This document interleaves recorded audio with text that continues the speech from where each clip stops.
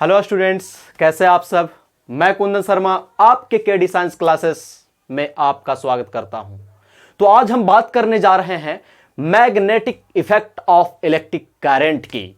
Sir, ये magnetic effect of electric current होता क्या है? अरे कुछ नहीं होता है। आपने पढ़ा होगा heating effect of electric current, आपने पढ़ा होगा chemical effect of electric current. तो उसी प्रकार से हमारा एक होता है magnetic effect of electric current. जिस प्रकार से वायर में, इट मींस कंडक्टर में इलेक्ट्रिसिटी पास कराने से हीट जनरेट होती है तो उसको हीटिंग इफेक्ट बोलते हैं। जिस प्रकार किसी सॉल्यूशन में करंट पास कराने से केमिकल फेनोमेना होती है तो उसे chemical effect of electric current कहते हैं। उसी प्रकार जब किसी कंडक्टर में जब इलेक्ट्रिसिटी को पास कराया जाता है तो मैग्नेटिज्म जनरेट हो जाती है और वो अपने आसपास के आयरन आर्टिकल्स को अपनी ओर अट्रैक्ट करने लगता है। इस प्रकार के ही फेनोमेना को हम लोग बोलते हैं magnetic effect of electric current. तो हम लोग समझ लेते हैं अब इस चीज को बहुत ही आसान तरीके से।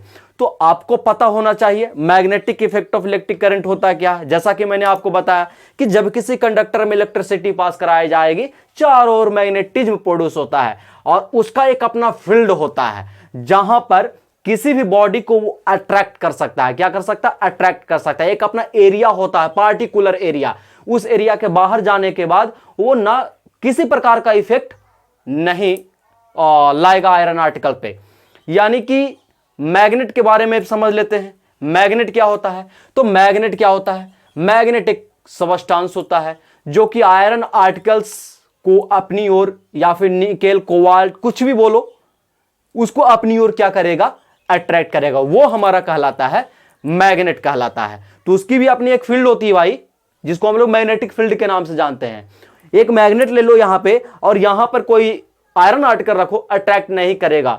जितनी इसकी एरिया होगी, जितनी इसकी कैपेसिटी होगी, उतना ही एरिया में यदि कोई आयरन आर्टिकल आता है तो उस पर फोर्स एग्जर्ट करेगा, अन्यथा उस पर फोर्स एग्जर्ट नहीं करने वाला है। तो मैग्नेटिक फील्ड क्या होता है?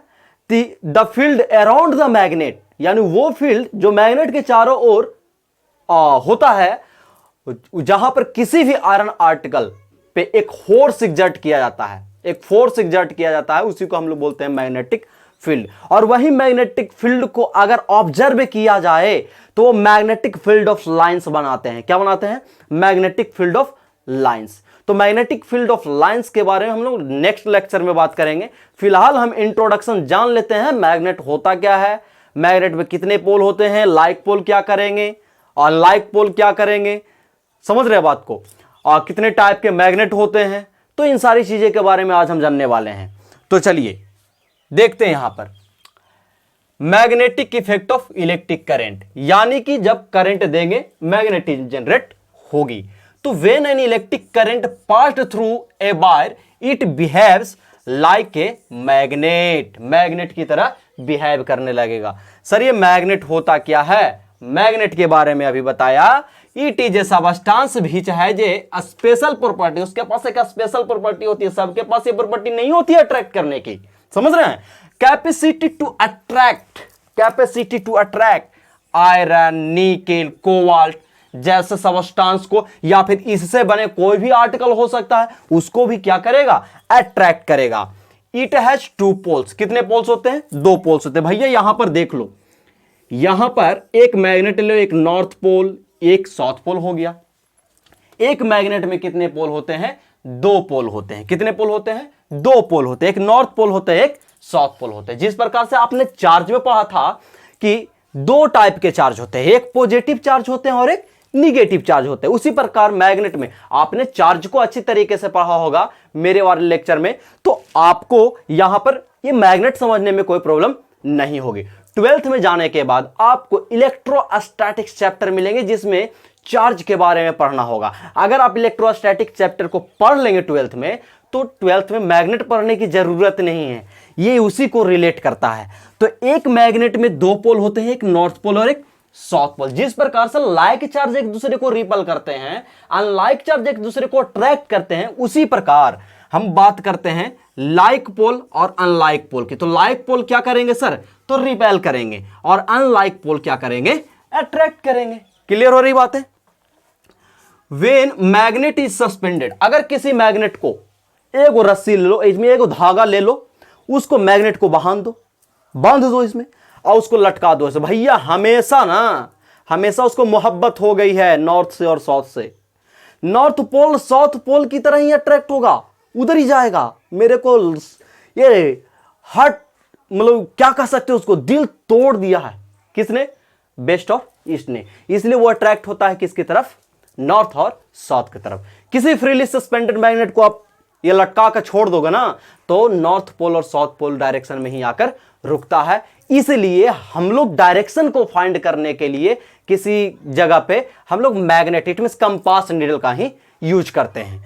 तो वहीं पर यहां पर बताया गया है, when magnet is suspended freely using A thread का मतलब धागा, it's one and points towards north, एक एंड किधर की ओर डिनोट करेगा? नॉर्थ की ओर पॉइंट करेगा, और अदर एंड जो है किधर की ओर पॉइंट करेगा? साउथ की ओर पॉइंट करेगा। क्लियर हो गई बात है? इससे हम डायरेक्शन को फाइंड कर सकते हैं। And of the magnet which points toward the north, यानी वो एंड मैग्नेट का जो नॉर्थ डायरेक्शन में पॉइंट करता है, वो मैग्नेट का हमारा नॉर्थ पोल कहलाता है। और वो एंड मैग्नेट का जो साउथ की ओर इंडिकेट करता है, पॉइंट करता है, वो मैग्नेट का साउथ पोल कहलाता है। तो end of the magnet that points towards north is called north pole, and the end that points towards south is called south pole. Clear हो रही बात है? समझ में आ रही होगी। अब हमारे एक साइंटिस्ट आए जिनका नाम है हैंस क्रिश्चियन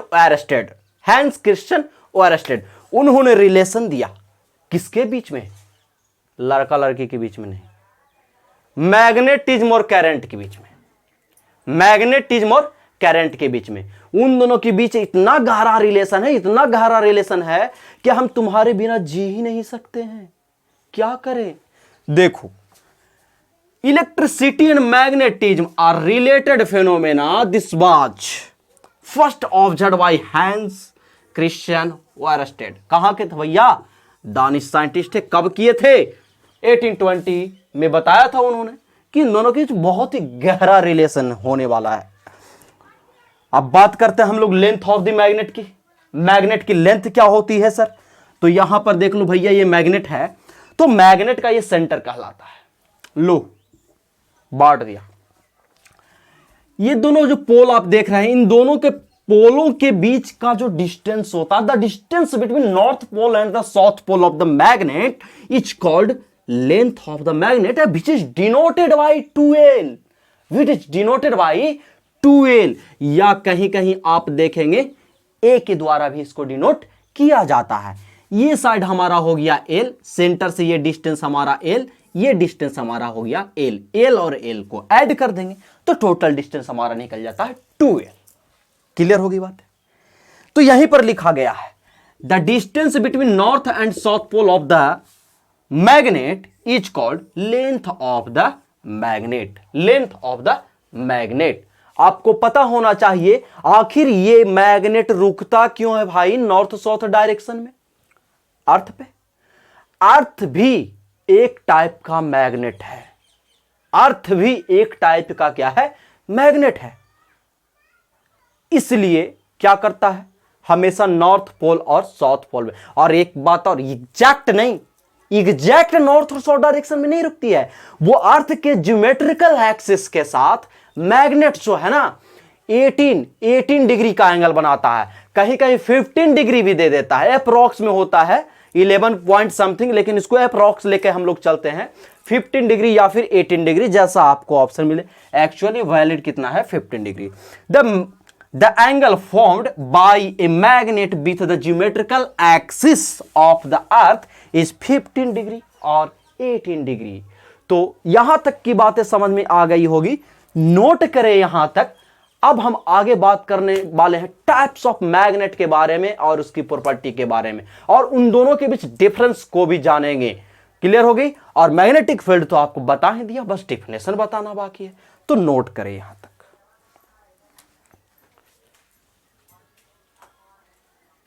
तो अब हम बात करते हैं टाइप्स ऑफ मैग्नेट के बारे में।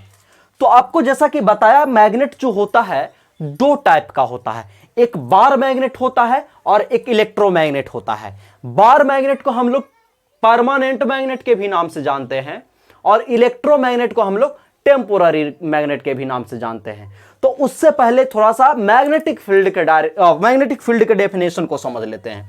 तो मैग्नेटिक फील्ड होता क्या है?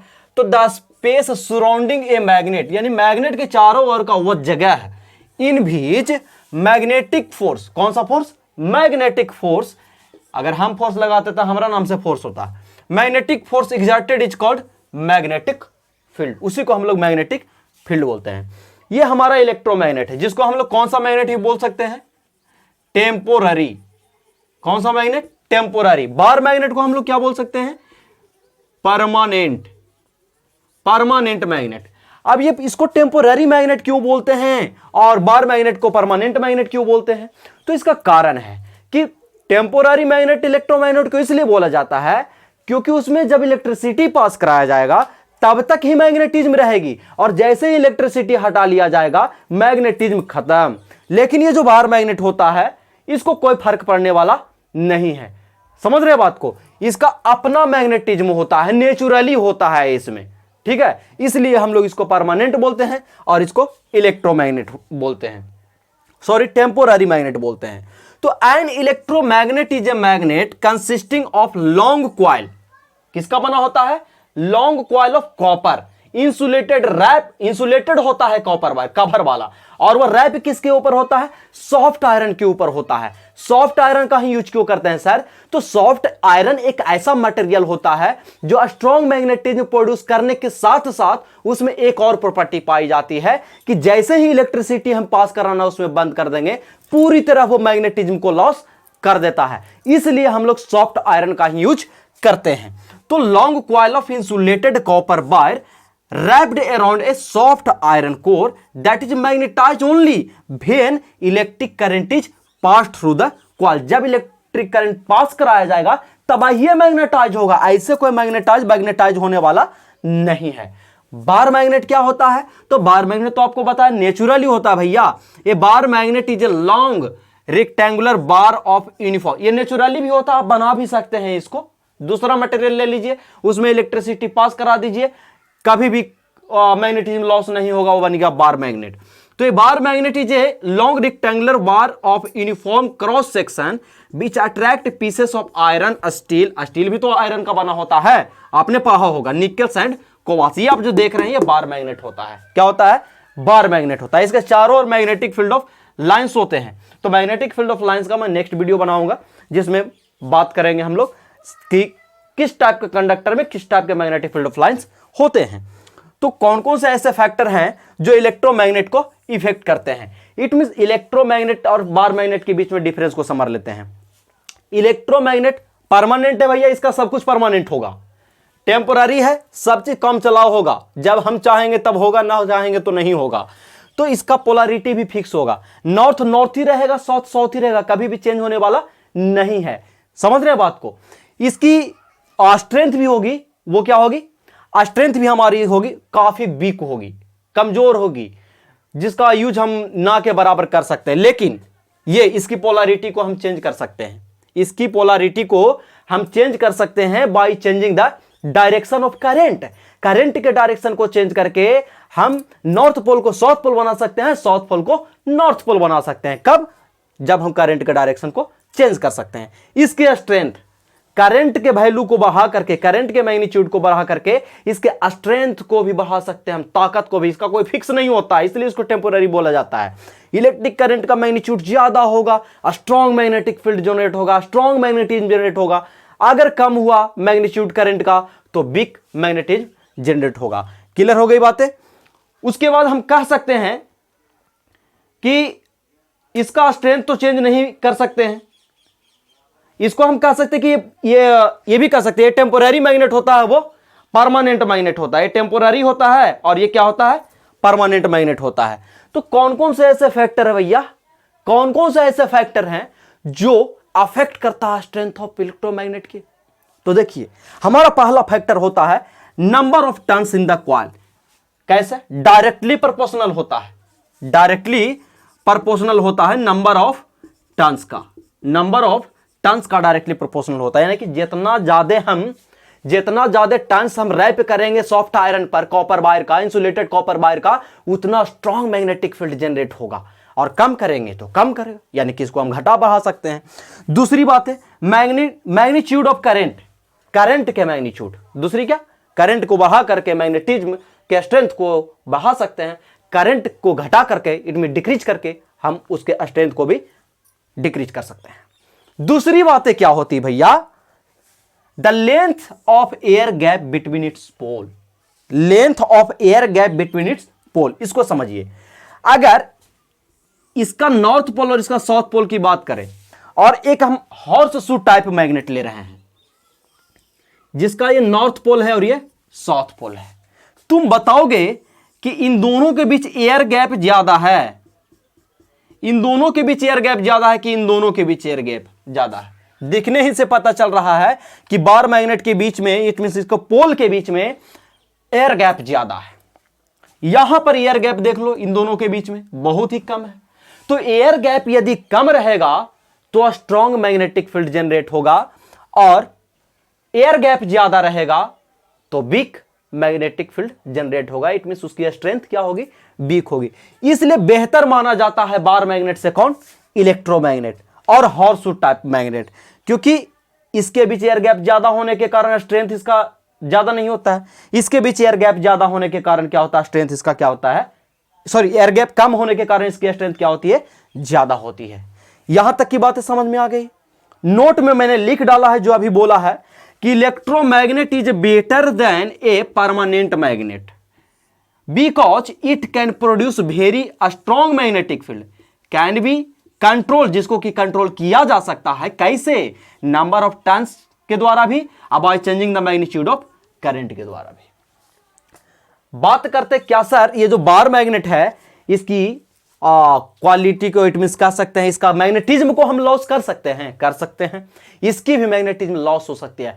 अगर किसी ऊंचाई से हम गिरा देंगे तो इसकी मैग्नेटिज्म लॉस हो सकती है। अगर किसी बार मैग्नेट को हम हैमर करें तो हैमर करके भी इसके मैग्नेटिज्म को लॉस किया जा सकता है, या फिर किसी मैग्नेट को हीट करके भी मैग्नेटिज्म को लॉस किया जा सकता है। तो ये सारे प्रोसेस होते हैं किसी भी बार मैग्नेट के मैग्नेटिज्म को लॉस करने का, बाद में वो किसी काम का नहीं होगा। क्लियर होगी बातें? ये हमारी मैग्नेट की इंट्रोडक्शन क्लास थी। कैसी लगी कमेंट सेक्शन में बताएं, और किसी प्रकार का डाउट हो तो मेरे कमेंट सेक्शन में जरूर बताएं। और चैनल पर यदि नए हो तो सब्सक्राइब जरूर कर ले और बेल आइकन को दबाना ना भूलें, ताकि और वीडियोज आपके लिए ऐसा में नोटिफिकेशन आपको मिलता रहे। Thank you for watching.